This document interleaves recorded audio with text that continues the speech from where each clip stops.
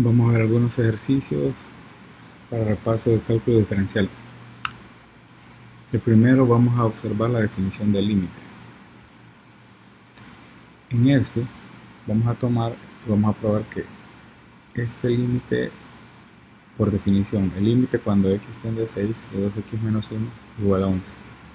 Entonces primero, utilizando la definición, lo que vamos a hacer es, probaremos que para todo epsilon mayor que 0 existe un delta mayor que 0, tal que la distancia de la función evaluada o la función en el punto menos L debe de ser menor que epsilon siempre que la distancia de x a x0 sea mayor que 0 y menor que delta. Entonces sustituimos en la definición los valores de la función, los valores del límite y a lo que tiende. Entonces para todo epsilon mayor que 0 existe un delta que no sabemos cuál es, por eso lo paso en blanco acá, tal que la distancia de x a x0 o a lo que tiende el límite va a ser menor que delta. Entonces al sustituir los valores, sustituimos el valor de la función, sustituimos el valor del límite y entonces reescribimos, ¿verdad? Hacemos todo este cálculo de aquí. Entonces 2x menos 1 menos 11, que es L, nos queda de esta manera. Entonces sacamos factor común 2 y observen que esto es lo que decíamos que era menor que delta, ¿verdad? Entonces al dejarlo solo, pasamos el 2 a dividir. X menos 6 es menor que epsilon sobre 2, entonces quiere decir que nuestro delta vale epsilon sobre 2. Entonces ya probando, sustituimos la función original y hacemos toda la álgebra detrás de ello, ¿verdad? Entonces como delta es epsilon sobre 2, empezamos a reescribirlo y sustituimos aquí al final, ¿verdad?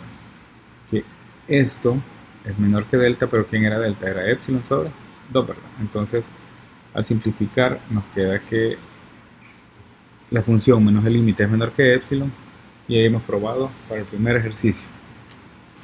Para el segundo ejercicio, de igual manera, vamos a tener el límite cuando x tiende a 4 de x cuadrado menos 3x más 5 igual a 9.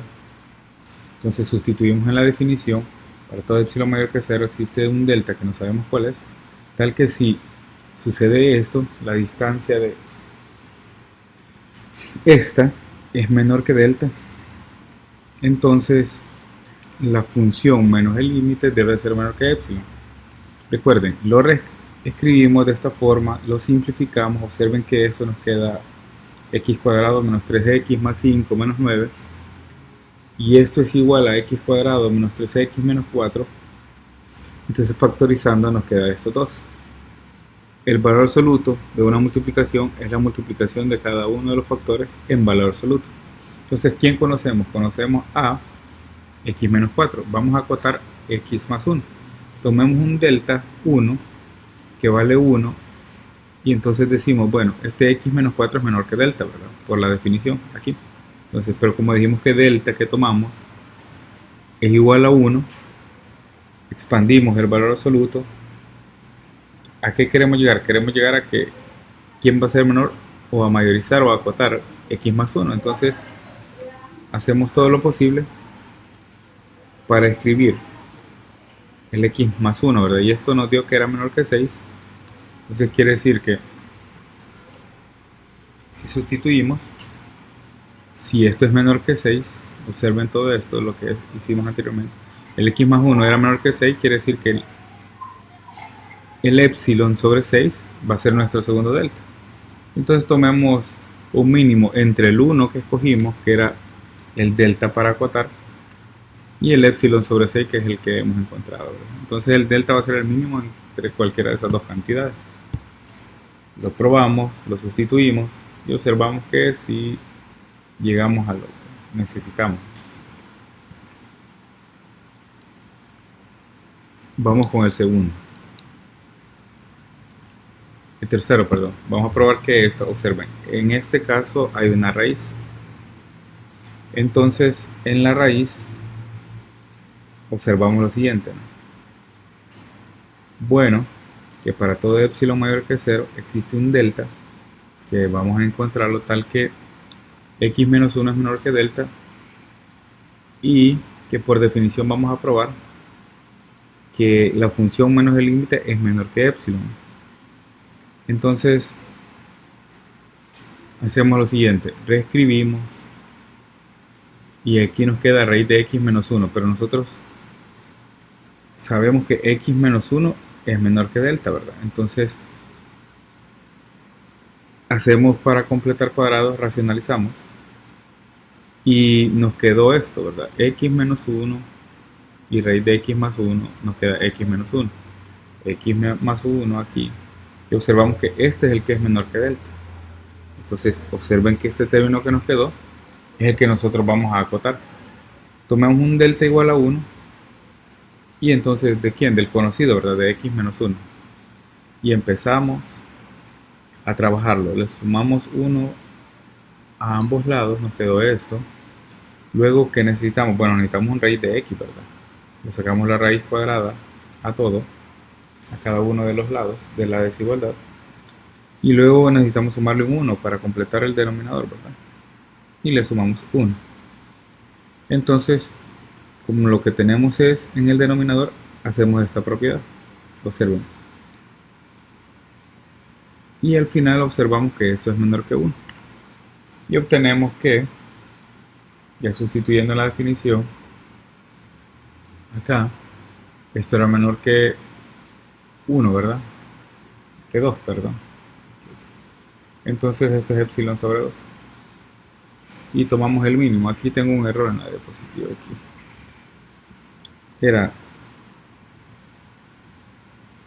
era eso. Entonces así es que se prueban los límites por definición. Bueno, vamos a calcular algunos límites utilizando las propiedades. Tenemos el límite de una suma, es la suma de cada uno de los límites. Luego aplicamos el límite a cada elemento y calculamos el límite. Aquí tenemos lo mismo, el límite de una división o de una fracción es cada uno de los límites. Y aplicando eso, observen, ya, tenemos que el límite de una raíz cuadrada, introducimos el límite en la raíz y aplicamos otra vez el límite de una suma, así de manera igual para el denominador. Al final sustituimos el límite y evaluamos, ¿no?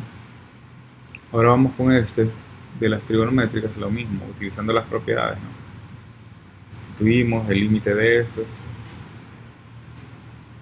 y así obtenemos todo el resultado, ¿verdad? Observen, el límite de una suma es la suma de los límites. Aplicamos los límites y nos queda esto. Ahora vamos con límites trigonométricos, ¿verdad?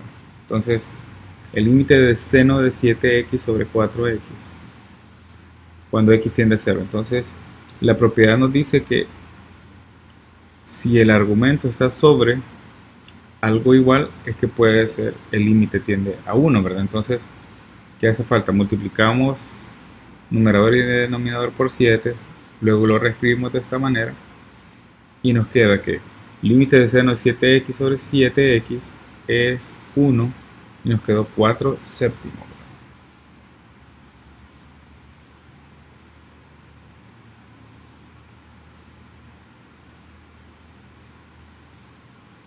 Aquí era 7 cuartos, perdón. 7 cuartos. Aquí en esto. Tenemos otro también. Tenemos esto, ¿verdad? Entonces, el límite cuando t tiende a 0 de t cubo de tangente, ¿verdad? Primer paso. Tangente cubo es acá. Entonces, primer paso es como que todo estuviera elevado al cubo. Segundo paso lo escribimos y tangente seno sobre coseno, ¿verdad? Y nos queda algo de esta manera. Entonces, ¿qué hacemos? Bueno, separamos los límites y esta propiedad es la de el límite cuando tiene seno de t sobre t tiende a 1, ¿verdad? Entonces, introducimos el límite en el exponente y entonces nos quedó que eso es 1, nos queda el 1 medio que tenemos aquí y el coseno cubo, ¿verdad? Y coseno, al evaluar el límite, esto es 1, 1 y nos quedó 1/8. Y así calculamos el límite por definición. Ahora vamos a calcular los límites laterales de esta función. Entonces encontramos el dominio y decimos, bueno, el límite cuando x tiende a menos 2 por la izquierda, ¿hacia dónde tiende? Hacia 0. Y si hacemos lo mismo por la derecha para 2, entonces tiende a 0. Y esa sería una idea de los límites laterales. Luego, límites de indeterminación. Otra vez tenemos que calcular este límite cuando h tiende a 0, ¿verdad? Entonces, ¿qué vamos a hacer? Lo multiplicamos por, o lo racionalizamos, perdón. Y esta es la cantidad. Entonces, al multiplicarlo nos queda una diferencia de cuadrados, simplificamos todo lo que tenemos y nos queda de esta manera, ¿no? Entonces, al calcularlo, solo sustituimos el límite cuando h tiende a 0 y ya nos queda de esta manera, ¿no? Recuerden que el límite lo calculamos sobre h, no sobre x, ¿verdad? Y entonces de esa manera sería un breve repaso de todas las propiedades y todas las ideas del límite. Si tienen alguna duda, me la pueden hacer saber.